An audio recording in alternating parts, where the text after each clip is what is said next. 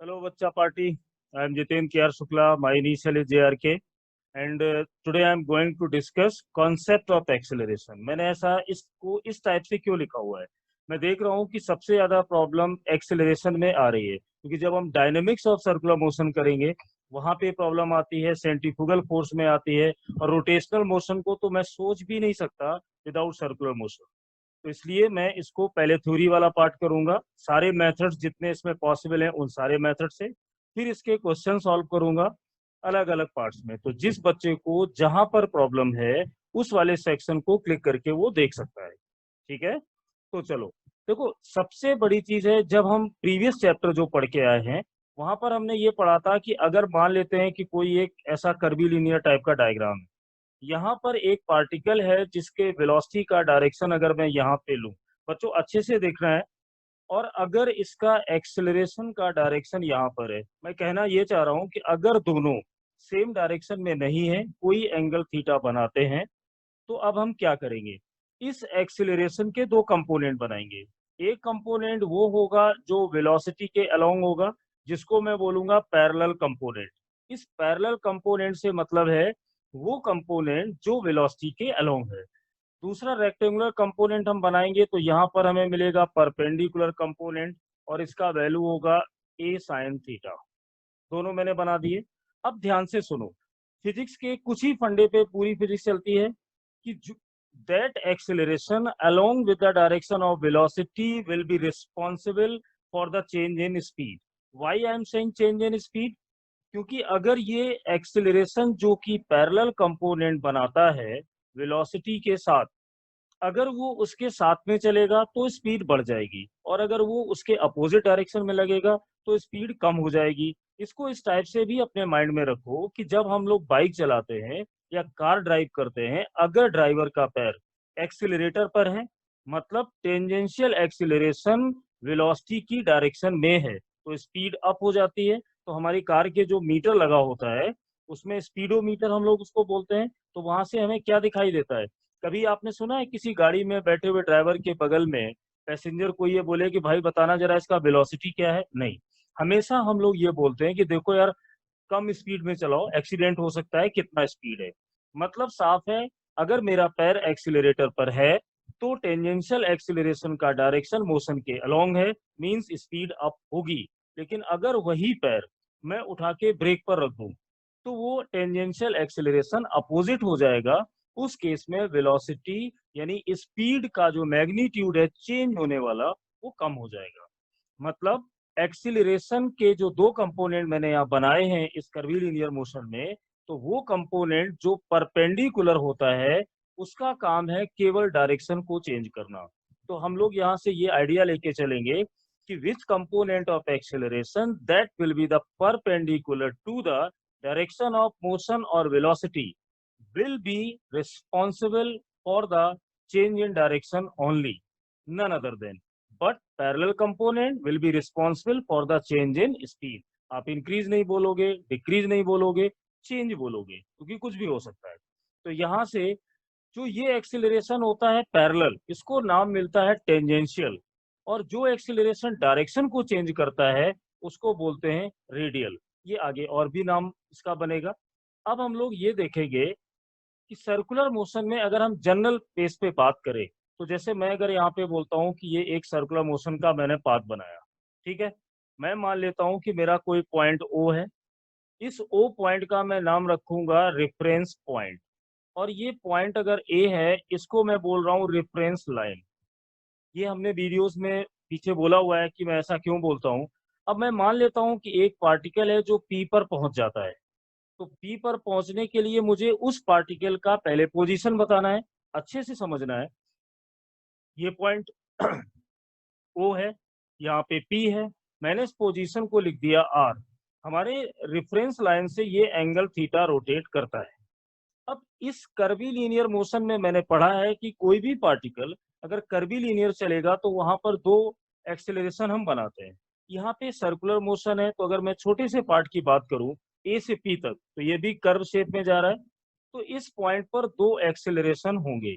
एक एक्सेलरेशन का वो कंपोनेंट जो इसकी वेलोसिटी के अलोंग होगा। मान लेते हैं कि स्पीड का डायरेक्शन ये है टेंजेंशियल, तो यहाँ पर जो ये वाला एक्सेलरेशन है मैं उसको लिखता हूँ टेंजेंशियल से। एटी मतलब टेंजेंशियल। और इस टाइम पे मैं बात कर रहा हूँ केवल इसके डायरेक्शन की। बहुत सारे बच्चे इसमें परेशान रहते हैं कि डायरेक्शन डिसाइड नहीं कर पाते, तो यहाँ पर मैंने एटी मान लिया। अब इस रेडियस के अलोंग, क्योंकि ये है इसका डायरेक्शन ऑफ मोशन, अगर सर्कुलर मोशन पे किसी भी पॉइंट पर आप ये जानना चाहते हो स्पीड किधर है, तो सरकमफ्रेंस से हम टेंजेंट ही बनाएंगे। उस डायरेक्शन में जो मैंने एक्सीलरेशन लिया वो अपने डिस्कशन के अकॉर्डिंग टेंजेंशियल है। मैंने यहाँ पे उसका एक कैप लगाया हुआ है। कैप का मतलब है direction of tangential acceleration only. Radius के अलोंग मुझे एक्सीलरेशन लेना है। मुझे रेडियस के अलोंग ही क्यों लेना है? क्योंकि दूसरा जो वेक्टर होगा एक्सीलरेशन का वो टेंजेंशियल के साथ 90 पर होना चाहिए, क्योंकि हमने यही पढ़ा हुआ है। अब मैंने यहाँ पर बना दिया एक रेडियल एक्सेलरेशन रेडियस के, और यहाँ लिख दिया डायरेक्शन। कुछ बच्चे सोचेंगे कि सर ये तो सेंटर की तरफ होता है, मैं कैसे मानूं ये सेंटर की तरफ होता है? मैं अभी ये नहीं मान रहा हूँ। अगर होगा तो अपने आप जब हम लोग सॉल्व करेंगे तो निकल के आ जाएगा। तो रटिए मत। मैंने रेडियस के अलोंग इसकी डायरेक्शन बना दी और इसलिए इसका नाम रखा रेडियल। अब बच्चों ये देखो, ये मेरा पॉइंट पी है।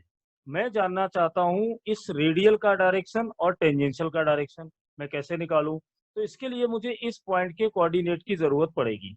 तो अब इसको अगर हम वेक्टोरियली सॉल्व करने की कोशिश करें, जैसे यहाँ पर मैंने एक ओरिजिन बनाया ओ। हमें ये पता है कि ये जो वेक्टर है ए आर का और ये जो वेक्टर है ए टी का, अगर ये दोनों वेक्टर मैं डिस्प्लेस करूं और डायरेक्शन ना बदलूं तो वेक्टर को डिस्प्लेस किया जा सकता है। अब ये पॉइंट ओ है, मैंने यहाँ पर एक वेक्टर ऐसे ड्रॉ किया और ये अपना पॉइंट पी माना। यहाँ पर कौन से वेक्टर की बात हो रही थी? रेडियल की। उसमें क्या एंगुलर पोजीशन थी? थीटा थी। अब मैं यहाँ पर ये मान के चल रहा हूँ कि ये मेरा वाई एक्सिस है, यहाँ पर मेरा एक्स एक्सिस है, एक पूरा क्वाड्रेंट बना दिया। अब बच्चों मुझे ये जानना है कि इसके कोऑर्डिनेट क्या होंगे। मैंने इंपॉर्टेंस ऑफ यूनिट वेक्टर में पहले वीडियो में आपको समझाया था कि जब भी कोऑर्डिनेट निकालो तो आप केवल एक्सिस पर ही चल सकते हो। तो अगर पी पॉइंट पर जाना चाहते हो तो पहले एक्स पर चलोगे, एक्स के बाद फिर आप यहाँ पे जाने के लिए वाई डायरेक्शन में चलोगे। तो अब इसका अगर मैं वेक्टर यहाँ पे बनाऊं कि ए आर के लिए वेक्टर क्या होगा, तो देखिए ए आर के लिए होगा, इसके कोऑर्डिनेट होंगे एक्स और वाई। मैं मान लेता हूँ ये एक्स वाई है।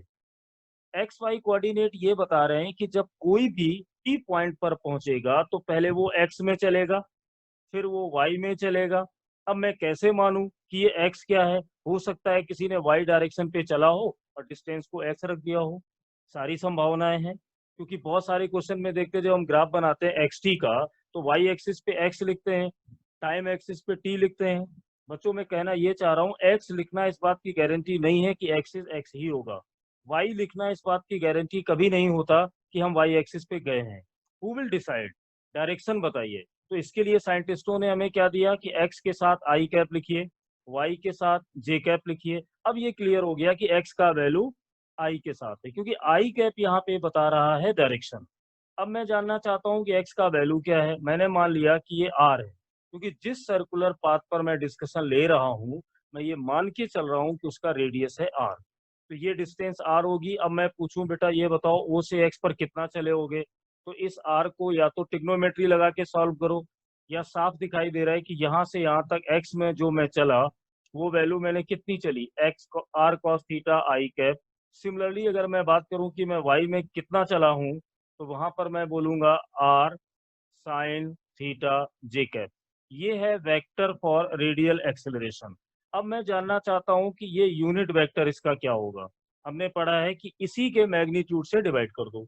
सोचो अगर मैं इस वेक्टर का मैग्नीट्यूड निकालूं तो ऊपर मैं आर कॉमन ले लूंगा और यहाँ पर लिखूंगा कॉस थीटा आई कैप और यहाँ पे लिखूंगा plus sign theta J cap divide by the magnitude. Magnitude में आप लिखोगे आर कॉस थीटा का स्क्वायर, आर साइन थीटा का स्क्वायर, आर स्क्वायर कॉमन लोगे अंडर रूट से बाहर आएगा, cos square theta plus sine square theta 1 होगा। कहने का मतलब मुझे सिर्फ आर मिलेगा, ये कैंसिल हो गया। तो यहाँ पर जो मुझे रेडियल एक्सेलरेशन का डायरेक्शन बताने के लिए जो एक्सप्रेशन आएगी वो होगी कॉस थीटा आई कैप और plus sign theta J cap. थोड़ी देर पेशेंस रखो, मैं सारा क्रिस्टल क्लियर कर दूंगा कि ये यूनिफॉर्म सर्कुलर मोशन में एक्सिलरेशन होता क्या है, फिर क्वेश्चन में दिक्कत नहीं आएगी। अब सोचो बच्चों, यहाँ पे बनाने के बाद अगर मैं इसी पॉइंट पे इस जगह दूसरे वेक्टर को बना दूं, मैं कहना ये चाह रहा हूं कि जैसे ये बनाया था आपने, इस पॉइंट पी पर लिया था रेडियल एक्सेलरेशन की डायरेक्शन, अब मैं यहाँ पर ले रहा हूँ टेंजेंशियल एक्सेलरेशन का डायरेक्शन। और ये जो पी पॉइंट है वेक्टर का, अगर मैं उसको एक जगह ले लूं, जैसे यहाँ पे मैंने पी लिया था, चलो यहाँ पे मैं पी डैश कर दूं और ये पी कर लूं, तो वेक्टर सॉल्व करने के लिए हम उनका स्टार्टिंग पॉइंट एक ले सकते हैं। मींस मैं इस वेक्टर को उठा के यहाँ पर ला सकता हूँ। कैसे, ये देखो, ऐसे। बस शर्त ये है कि वेक्टर की डायरेक्शन नहीं बदलनी चाहिए, सिर्फ समझने के लिए। तो मैंने यहाँ पे बना के समझाया हुआ है। ये हमारी एक्सिस कौन सी बनेगी, वाई। तो इस पी पर फोकस करो, ये एंगल हमारा था थीटा। ये दोनों वेक्टर रेक्टेंगुलर कंपोनेंट हमेशा 90 पर होंगे, क्योंकि ये मैंने अभी डिस्कस किया। तो ये वाला एंगल बच्चों कितना होना चाहिए, ये होगा 90 माइनस थीटा। क्यों? क्योंकि जब मैं इस थीटा को, इस 90 को, इस 90 माइनस थीटा को ऐड करूं तो 180 आना चाहिए। अब आ रहा है? ये मैंने ऐसा किया क्यों? यहाँ पर अब मैं इसके कोऑर्डिनेट निकालना चाहता हूँ। ये जो कोऑर्डिनेट है मैंने मान लिया एक्स डैश है और वाई डैश। घबराना नहीं, डिस्कशन जितना देखोगे बहुत मजा आएगा। अब मैं इसका यूनिट वेक्टर बनाना चाहता हूँ। देखिए, किसका? टेंजेंशियल एक्सेलरेशन का। सबसे पहले मुझे इसका वेक्टर चाहिए, वेक्टर के लिए मुझे कोऑर्डिनेट चाहिए। और कोऑर्डिनेट क्या होंगे? ये देखिए, एक्स एक्सिस पे कितना जाओगे, आर। आर क्यों लिया? क्योंकि रेडियस था सर्कल का। ये ध्यान रखना, ये एंगल है 90 माइनस थीटा। तो यहाँ पर लिखोगे R cos 90 minus theta I cap. दूसरा होगा plus R sine 90 minus theta J cap. तो जब ये 90 माइनस थीटा है, आर अगर मैं कॉमन लूं तो यहाँ पर आएगा sine theta I cap plus cos theta J cap. अब एक बात और याद रखनी है कि जब मैंने इस ओ को ओरिजिन माना, इस पी को माना, मैं जा रहा हूँ लेफ्ट में, तो मेरा जो वेक्टर मैंने बनाया ये वाला कंपोनेंट होगा नेगेटिव। क्यों नेगेटिव होगा? क्योंकि मैं ओरिजिन के लेफ्ट में हूँ। अब मैं इसका जानना चाहता हूँ कि यूनिट वेक्टर बताइए। बच्चों, आप सोच रहे होगे कि मैं यूनिट वेक्टर के पीछे क्यों पड़ा हूँ। थोड़ी देर में समझ आएगा कि टेंजेंशियल एक्सेलरेशन की डायरेक्शन, आखिर डायरेक्शन बताता कौन है? डायरेक्शन तो यूनिट वेक्टर ही बताएगा ना। तो जैसे मैंने रेडियल का निकाला, अब मैं टेंजेंशियल का निकालूंगा। कैसे आएगा? जो वेक्टर आया है इसको इसके मैग्नीट्यूड से डिवाइड कर दो, तो मैग्नीट्यूड निकालोगे, इसका भी आर आएगा, आर ये कैंसिल हो जाएगा। कहने का मतलब जो यूनिट वेक्टर आएगा वो sine theta I cap plus cos theta J cap. ये देखिए, मतलब इन फ्यूचर कभी भी ऐसा मुझे दिखाई देगा इस टाइप के मोशन में कि माइनस आई कैप साइन के साथ, जे कैप कॉस के साथ, तो वो डायरेक्शन होगी टेंजेंशियल एक्सेलरेशन की। अगर कॉस थीटा प्लस में आई के साथ है, साइन थीटा जे के साथ है, तो वो डायरेक्शन होगी रेडियल की। इससे हमें बेनिफिट क्या मिला? ये हमने एक काम कर लिया। अब बच्चों ये बताओ, अगर हम रेक्टिलिनियर मोशन में पढ़ रहे होते और मैं पूछता बेटा एक्सेलरेशन बताइए, तो सबसे पहले आप मुझे क्या बोलते? आप बोलते सर पोजीशन वेक्टर लो, उसको एक बार डिफरेंशिएट करो वेलोसिटी आ जाएगी, एक बार और डिफरेंशिएट करो तो एक्सीलरेशन आ जाएगा। तो चलो हम यहाँ भी वही करेंगे। करने से पहले मुझे ये बताओ, ये जो आर है इसका जो पोजीशन वेक्टर होगा वो क्या होगा? एक्स आई कैप और वाई का जे कैप, यही होगा ना। तो अब हम लोग अगले बोर्ड पे जाके इसको सॉल्व करते हैं। देखो, मैंने यहाँ पे बोला कि जो पोजीशन वेक्टर बना वो होगा एक्स आई कैप और देखना वाई जे कैप। बच्चों, हमारा एक्स का वैल्यू क्या है? R cos theta I cap, जो इनिशियल लेवल पर था। यहाँ पर है R sine theta J cap. अब मैं जानना चाहता हूँ वेलोसिटी, तो D R over D T करूंगा। ये ध्यान रखना, ये जो आ रहा है वो वेलोसिटी आ रही है। किसकी वेलोसिटी है? रेडियल टेंजेंशियल ऐसी कोई बात नहीं करोगे। सर्कुलर मोशन में जब पार्टिकल पॉइंट पी पर पहुंचा उस टाइम पर उसकी वेलोसिटी क्या थी? इसको डिफरेंशिएट करिए तो आर तो, यहाँ पे कॉस को जब हम डिफरेंशिएट करेंगे तो एक तो माइनस साइन आएगा, साइन थीटा आएगा, आई कैप आएगा। फिर आर कांस्टेंट है, साइन थीटा को करेंगे तो कॉस थीटा जे कैप आएगा। अब यहाँ पे मैंने डिफरेंशिएट किया, अगर इतना ही करते हो तो एक गलती हो गई। क्या गलती हो गई हम लोगों से? हमने यहाँ थीटा को और करना था, यानी डी थीटा डी टी। यहाँ पे भी करोगे डी थीटा डी टी। ये मैंने क्या किया अलग से, बच्चे गलती करते हैं। जब टाइम के रिस्पेक्ट में डिफरेंशिएट करोगे तो साइन का कॉस का डिफरेंशिएशन तो माइनस साइन हो गया, अब थीटा का करोगे तो डी थीटा डी टी होगा। कॉस यहाँ पे साइन का किया तो कॉस आया, थीटा का करोगे तो D theta by D T आएगा। और ये वैल्यू बच्चों हमें अच्छे से पता है कि ये हमारा एंगुलर वेलोसिटी होता है, ओमेगा और ओमेगा। अब इसका पूरा एक्सप्रेशन क्या बना देखना, आर यहाँ पर पहले से था, अंदर से ये ओमेगा दोनों में आएगा, मैंने उसको कॉमन कर दिया। अंदर मेरे पास क्या आ रहा है, यहाँ पर आ रहा है साइन थीटा आई कैप और प्लस का आ रहा है कॉस थीटा जे कैप। ये क्या आया, ये वेलोसिटी आ गई। कई बच्चे परेशान रहते हैं, कुछ क्वेश्चन ऐसे दिए रहते हैं जहां पे वो बता नहीं पाते कि ये कौन सी डायरेक्शन होगी, सर समझ नहीं आ रही। अब बोलो, अगर मैं सर्कुलर मोशन में जनरल एक्सीलरेशन निकालना चाहता हूं तो मुझे इस एक्सप्रेशन को फिर से डिफरेंशिएट करना होगा। करिए। अब यहाँ पर देखो, आर ओमेगा लिखा हुआ है, ये एक वेरिएबल है, क्योंकि थीटा बदलेगा तो ओमेगा बदलेगा। यहाँ पर जो एक्सप्रेशन लिखा हुआ है ये पूरा वेरिएबल है। अब मुझे डिफरेंशिएशन करना होगा पार्ट वाइज। तो मैं सबसे पहले, जैसे मैंने आर ओमेगा को छोड़ दिया, मैं डिफरेंशिएट कर रहा हूँ टाइम के रिस्पेक्ट में अंदर। तो देखिए, साइन का डिफरेंशिएशन क्या करोगे, कॉस थीटा, फिर थीटा का लिखोगे तो D theta over D T, और साथ में आई कैप को नहीं भूलना है, प्लस कॉस थीटा का जब करोगे तो यहाँ पे प्लस नहीं, मैं पहले से ही लिख देता हूँ, माइनस साइन थीटा आएगा। फिर थीटा को डिफरेंशिएट करोगे तो डी थीटा डी टी आएगा और ये जे कैप आएगा। अब इसमें यहाँ पे ये खत्म नहीं होगा, फिर प्लस करिए। अब हमें क्या करना है, आर ओमेगा को डिफरेंशिएट करना है।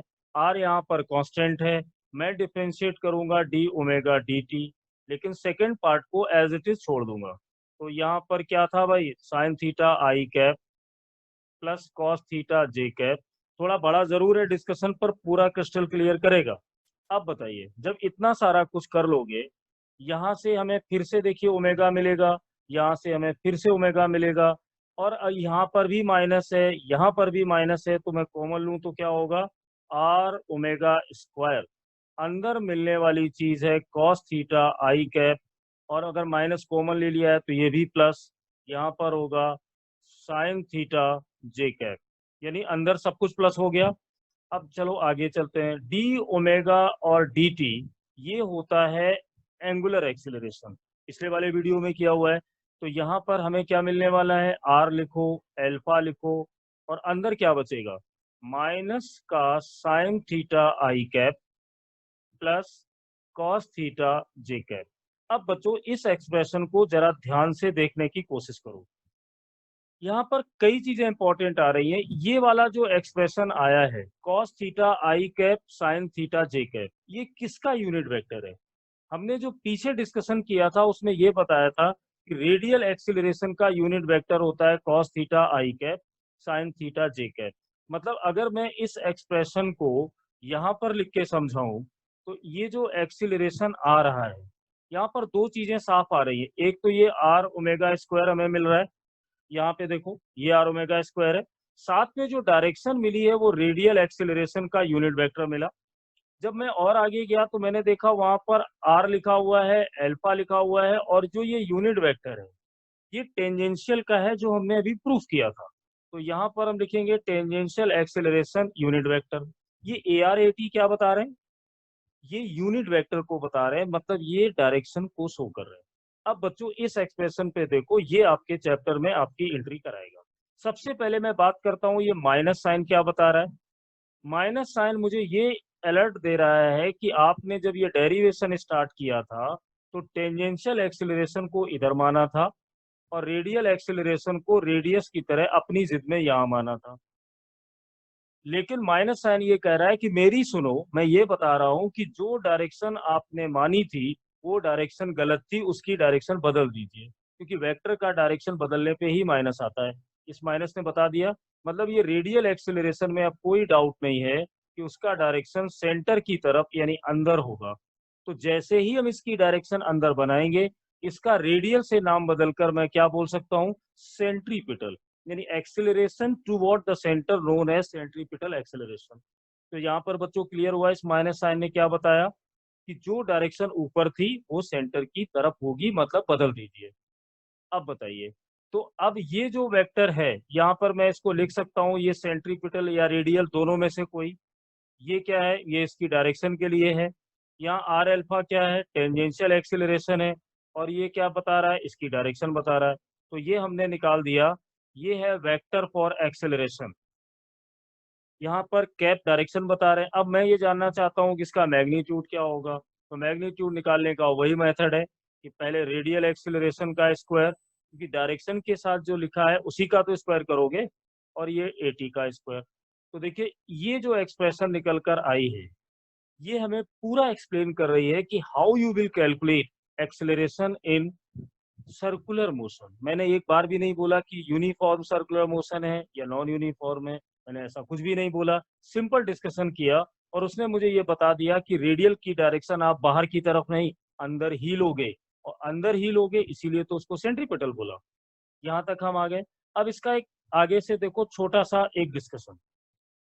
जैसे बच्चों अभी हमने जो पूरा डिटेल में डिस्कस किया उसमें क्या चीजें थी, ऐसा हमारा ये था।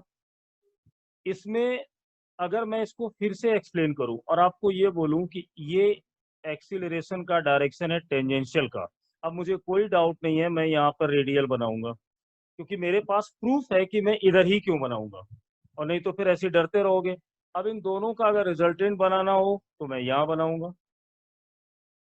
मतलब जब कोई पार्टिकल सर्कुलर मोशन में जाएगा तो ये एक्चुअल सिचुएशन होगी। हाँ, एक बात और, जरूरी नहीं है कि एटी ऊपर हो सकता है कि वो नीचे भी हो सकता है, वो यहाँ भी तो हो सकता है।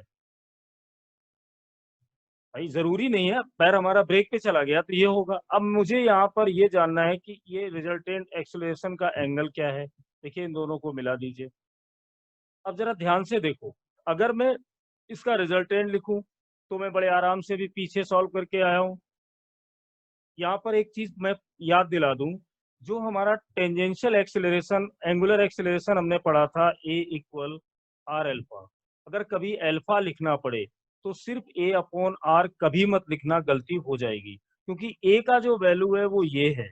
लेकिन हम इसको कहाँ से निकालते हैं, टेंजेंशियल से। तो अच्छा ये होगा कि इसको ऐसे याद रखो, एंगुलर एक्सेलरेशन मतलब tangential acceleration divide by the radius. अक्सर बच्चे गलती करते हैं, ए लिख देते हैं, फिर परेशान होते हैं। तो एक्सेलरेशन का मतलब होता है रेडियल का स्क्वायर और टेंजेंशियल का स्क्वायर। ये अब यहाँ तक आ गए। मान लो मुझे ये एंगल निकालना है तो मैंने यहाँ लिख दिया टेन थीटा। ये पैरेललोग्राम क्लियरली आपको बता रहा है कि आप किससे किसको डिवाइड करने वाले हो, टेंजेंशियल को रेडियल से। तो ये मुझे फाइनल एक्सेलरेशन का डायरेक्शन बताएगा, ये हमें पता हो। साथ में इसमें कई बार ऐसा होता है कि जनरल क्वेश्चन है, मान लो जो हम लोग ये जानना चाहते हैं कि रिजल्टेंट एक्सीलरेशन से टेंजेंशियल से रिजल्टेंट का एंगल कितना होगा अगर स्पीड अप हो रही है। सोचो, ये एंगल मैंने यहाँ लिखा अल्फा, मेरी बात ध्यान से सुनना। मैं अल्फा ले रहा हूँ रिजल्टेंट वाली लाइन से टेंजेंशियल एक्सीलरेशन के बीच का एंगल कितना होगा if speed is going to increase. तो यहाँ पे साफ देख लो कि ये एंगल, अगर मैं इसको अल्फा लिखूं तो ये वैल्यू 90 से कम होगी, और मैं कह सकता हूं कि 0 से ज्यादा होगी। यानी ऑप्शन में जो वैल्यू 90 और 0 के बीच में दी मैं टिक कर दूंगा। अगर उसमें यह बोला कि स्पीड डिक्रीज हो रही है, कम हो रही है, रिटार्डेशन हो रही है, मतलब टेंजेंशियल एक्सेलरेशन नीचे की तरफ काम कर रहा है। तो अब देखो, यहाँ से ये एक्सेलरेशन इधर आ जाएगा। अब पहले मैंने एंगल कहाँ से निकाला था, इस वाई एक्सिस से लिया था, तो यहाँ से लूं तो अब ये साफ समझ में आएगा कि एंगल की जो वैल्यू होगी वो 90 से ज्यादा होगी, लेकिन 180 से कम होगी। अगर मैं ये वाला एंगल, अब इस बार देखो ये पूरा चेंज हो गया है। तो इस टाइप के क्वेश्चंस भी आते रहते हैं कि अब एंगल क्या होगा। बड़े आराम से कह सकते हैं सर 90 से ज्यादा होगा, 180 से कम होगा, अपने दिमाग में रखो। दूसरा, जब हम मोशन इसका आगे पढ़ना स्टार्ट करते हैं तो वो मोशन दो पार्ट में डिवाइड हो जाता है। एक हम लोग बोलते हैं यूसीएम, यूसीएम का मतलब होता है यूनिफॉर्म सर्कुलर मोशन, और एक होता है नॉन यूनिफॉर्म सर्कुलर मोशन, एनयूसीएम। अब जरा ध्यान से सुनना, अगर मैं बात करूं यूनिफॉर्म सर्कुलर मोशन की, तो इसमें जो इस वेलोसिटी का मैग्नीट्यूड है उस वैल्यू को लिया जाएगा कांस्टेंट।